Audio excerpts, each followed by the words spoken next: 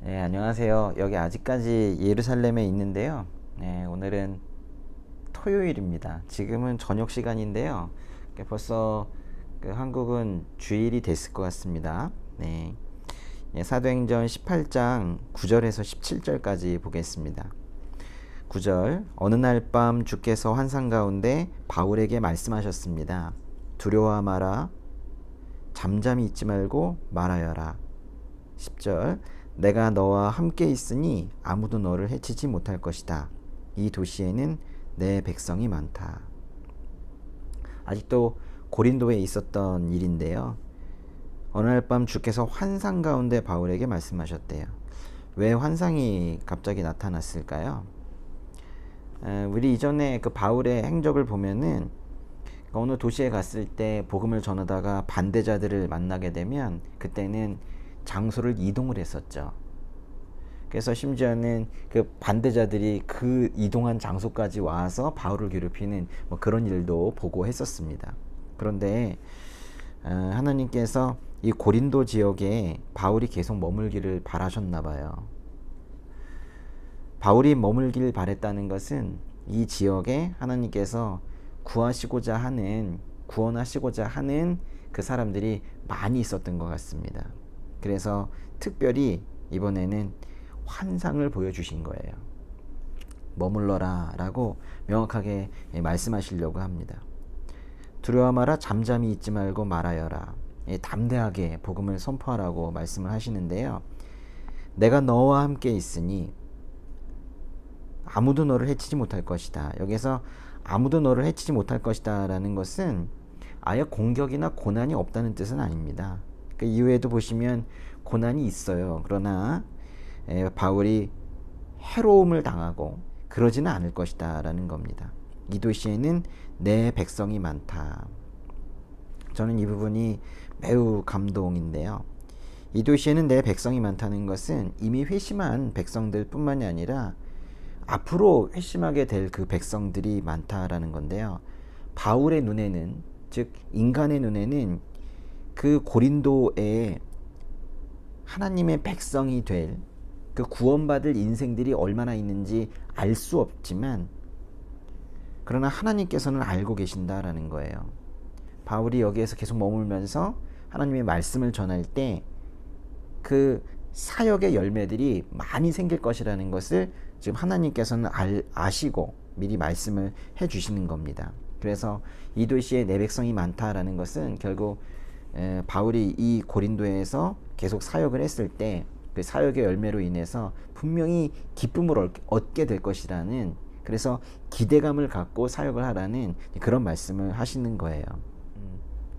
제가 사역을 시작할 때에도 이렇게 많은 기쁨을 주셨고 그때는 그 큰 기대감을 주셨을 때 그 구체적인 모습이 무엇인지 잘 알 수 없었지만 이제 온리즈 교회가 세워지고 나서 이제 3년 지나서 벌써 4년째 맞습니까? 벌써 꽤 오래됐는데요. 이제 그렇게 나아가면서 그 구체적으로 그 기대감을 가져라라고 사역 초기에 주님께서 마음 주셨던 것이 무엇인지 이제 하나하나 사실 구체적으로 경험을 하고 있습니다. 근데 이 말씀에서 참으로 놀라운 것은요. 이 도시에는 내 백성이 많다. 이 도시가 바로 고린도인데 이 고린도는 비너스 신전이 있으면서 아주 우상숭배가 팽배했고 온갖 죄악으로 뒤덮여 있던 그런 곳인데요. 죄악으로 가득해 보이는, 그래서 인간의 눈으로 보기에는 참 소망 없는 도시인 것 같은 이곳에도 하나님의 시선에는 내 백성이 많은 거예요. 그래서 우리가 함부로 어느 땅을 정죄하거나 어느 땅에 사는 또는 어느 특정한 사상과 종교에 얽매여 있는 그런 사람들을 함부로 판단하고 포기하고 정죄해서는 안 된다는 것을 우리가 여기를 보면서 알 수 있습니다. 그래서 바울은 그곳에 1년 반 동안이나 머물면서, 아주 장기간 머물면서 그들에게 하나님의 말씀을 가르쳤다고 하는데요. 1년 반, 이게 아마 주 49년에서 51년 사이일 텐데요. 이 시기에 그래서 바울은 하나님의 말씀을 가르친 것뿐만 아니라 편지도 썼습니다. 특별히 데살로니가 지역에 있는 교인들에게 편지를 썼지요. 데살로니가 전서와 데살로니가 후서가 바로 그것입니다. 저도 많은 것들이 떠올랐습니다. 온리즈 교회 시작하고 나서 사실 겉으로 보이지 않는, 저만이 알고 있는 많은 위기들이 있었는데요. 그때마다 이 공동체를 보호해 주신 주님을 아주 실질적이고 구체적으로 제가 경험을 해 왔었고요. 또 저의 개인적인 부분에 있어서도 심지어는 저의 생명이 위협되고 저의 생업이 위협되는 그런 위기에서도 저를 적극적으로 보호해 주신 그 주님을 아주 구체적이고 실질적으로 경험을 그렇게 해 왔었습니다.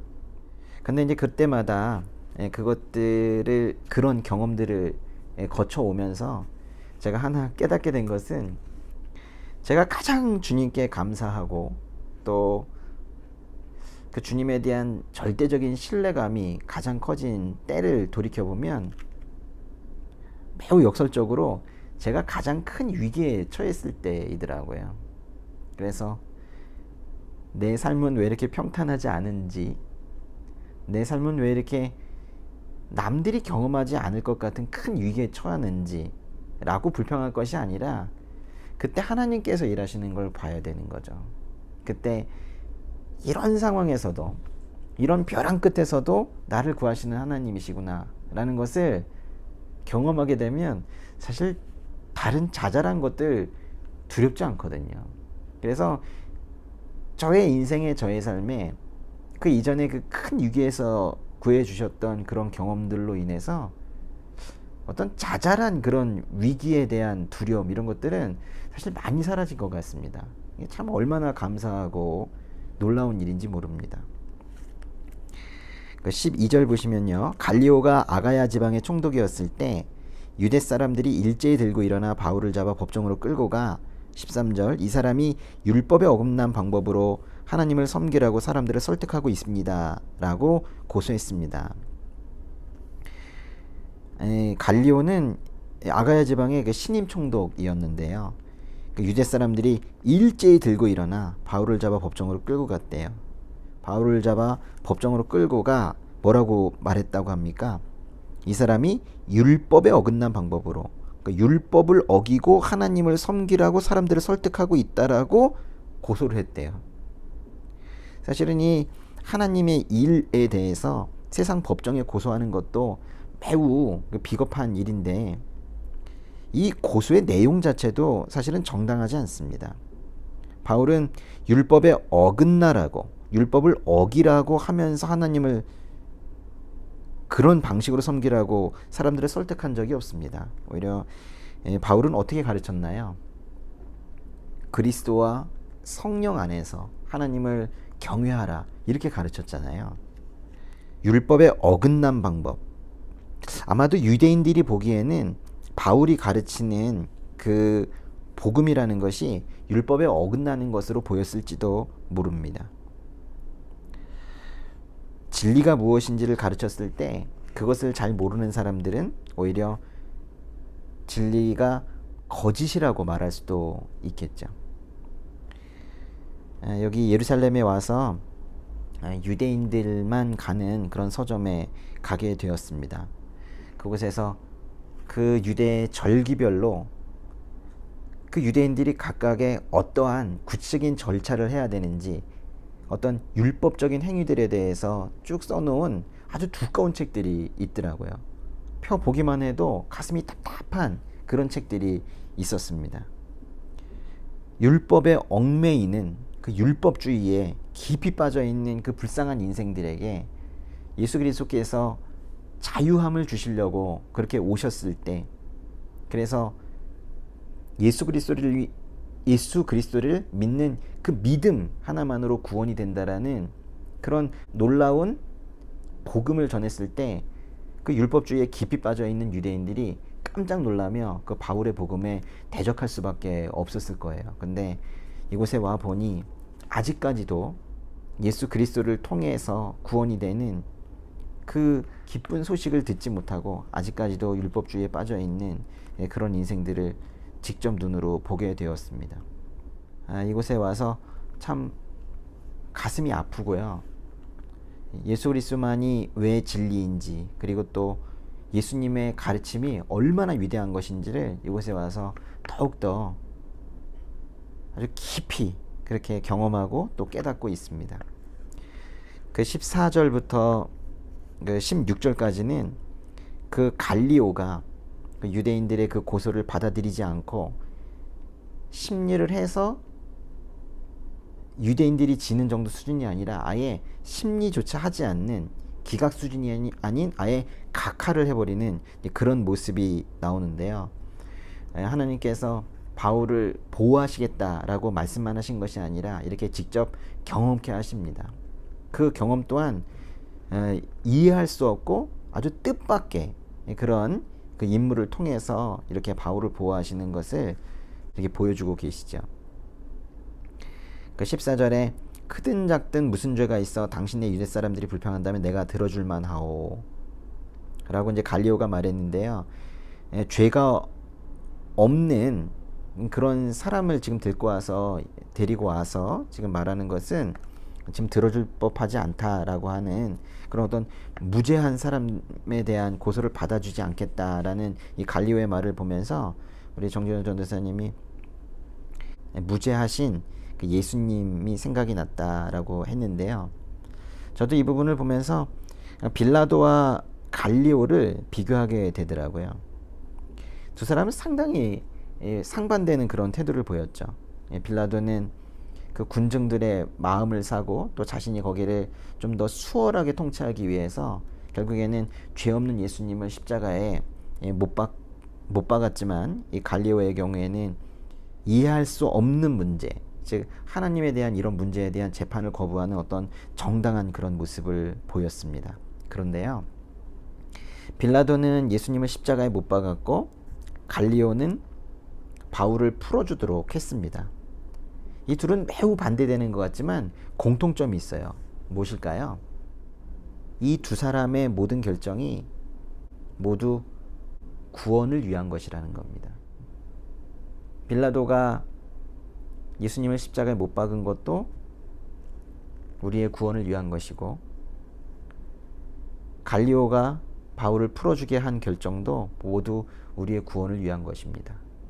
큰 틀에서 보면 모두가 다 하나님의 섭리인 거죠. 17절, 그러자 그들 모두는 회당장 소스테네를 붙들어 법정 앞에서 그를 마구 때렸습니다. 그러나 갈리오는 이 일에 전혀 상관하지 않았습니다. 그래서 이게 화가 난 유대인들이 괜히 회당장 소스테네를 때렸습니다. 회당장 소스테네는 고린도전서 1장 1절에 바울이 형제라고 부르는 것을 보면 바울의 친구일 가능성도 있고요. 또 그 형제라는 표현이 그리스도인이 되었다라는 것을 생각할 수 있게도 만듭니다. 아마도 이 회당장 소스테네는 당연히 유대인이었겠지만은 기독교로 개종한 그런 유대인이었을 겁니다. 그래서 바울이 풀려나는 것 때문에 화가 난 그런 유대인들이 공연히 이 소스테네를 데려다가 때리면서 이제 분풀이를 한 거예요. 근데 이제 이 말씀을 보면서 한 자매님께서 이렇게 회당장이